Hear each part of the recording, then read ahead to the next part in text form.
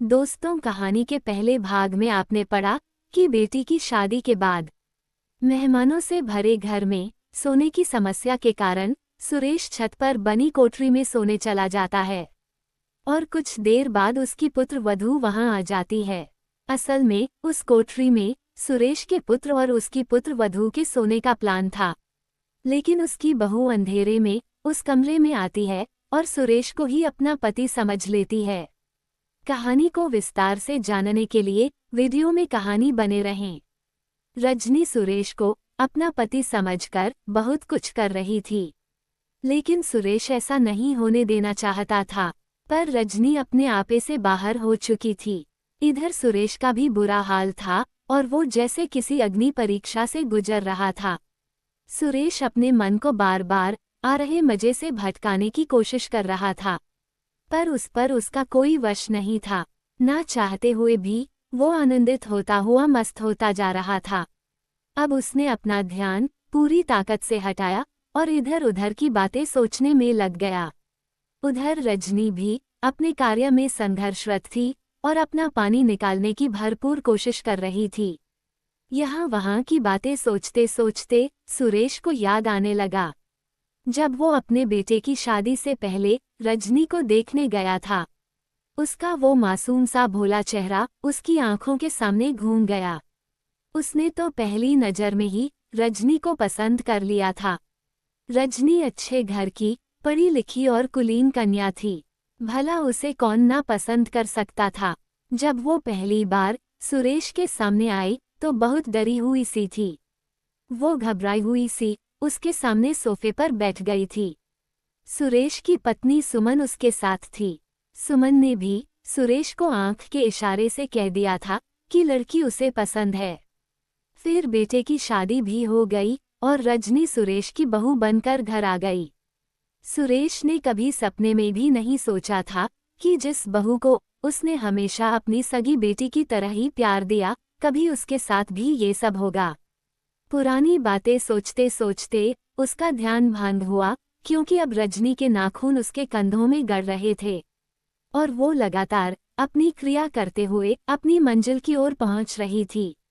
अब सुरेश का शरीर भी अनचाहे ही रजनी का साथ देने लगा था और वो लगातार नीचे से रजनी को सहयोग दे रहा था।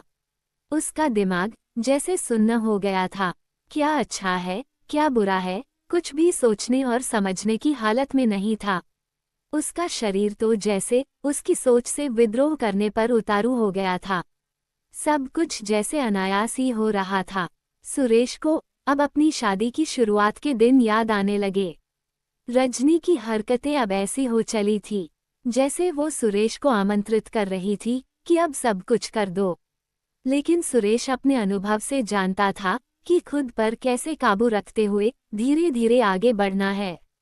जानू, अब मुझसे सब्र नहीं होता, मुझमें समा जाओ, मुझे अब और मत सताओ। बहू रानी की शहद सी मीठी थरथराती हुई आवाज उसके कानों में गूंजी, पर वो तो अपनी ही धुन में मग्न था। उसने अनुभव किया जैसे रस का कोई झरना सा धीरे धीरे बह रहा था। अब जल्दी से करो भी, क्यों पागल बना रहे हो, वो मिसमिसाती हुई सी बोली। सुरेश पहले तो ऐसा करना नहीं चाहता था, पर अब उसने अनुभव किया कि उसकी बहू इस काम में सिद्धहस्त है। उसने रजनी का भरपूर साथ दिया। कुछ ही देर बाद रजनी ने सुख की गहरी सांस ली। सब कुछ ठीक वैसे ही शांत हो गया जैसे तूफान के थम जाने के बाद की शांति होती है। उसका बेटा राहुल सच में भाग्यशाली था जो उसे इतनी प्यारी बीवी मिली थी। इसके पहले तो सुरेश सिर्फ यही जानता था कि रजनी पढ़ाई में इंटेलिजेंट और खाना बनाने में ही कुशल है, बस। अब रात के 3 पहर तो लगभग बीत चुके थे, शायद 3 तो बज ही गए होंगे। जानू, अब मुझे नींद आ रही है, आप भी सो जाओ। सुबह सुबह जल्दी उठकर मेहमानों की चाय का जिम्मा भी मेरी ही है ना।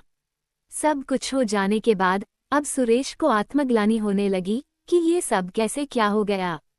अब वो क्या करे, ये प्रश्न सुरेश को बार बार कचोटने लगा और उसे रजनी पर आश्चर्य भी हो रहा था कि कोई स्त्री ऐसी कैसे हो सकती है कि उसके साथ इतना सब कुछ हो जाए और उसे पता भी ना चले कि वो किसके साथ है। बहरहाल जो भी होना था वो हो चुका था। रजनी के गहरी नींद में सो जाने के बाद सुरेश दबे पांव कोठरी से बाहर निकलकर नीचे चला गया। पूरे घर में सन्नाटा पसरा हुआ था, हर कोई गहरी नींद में था। उसने घड़ी में देखा, अब 3:30 बज चुके थे। बाहर पंडाल लगा था। सुरेश ने गेंदों के ढेर में से 2 गद्दे निकाले और सोए मेहमानों के बगल में बिछाकर चादर ओढ़ के सो गया। कहानी जारी रहेगी।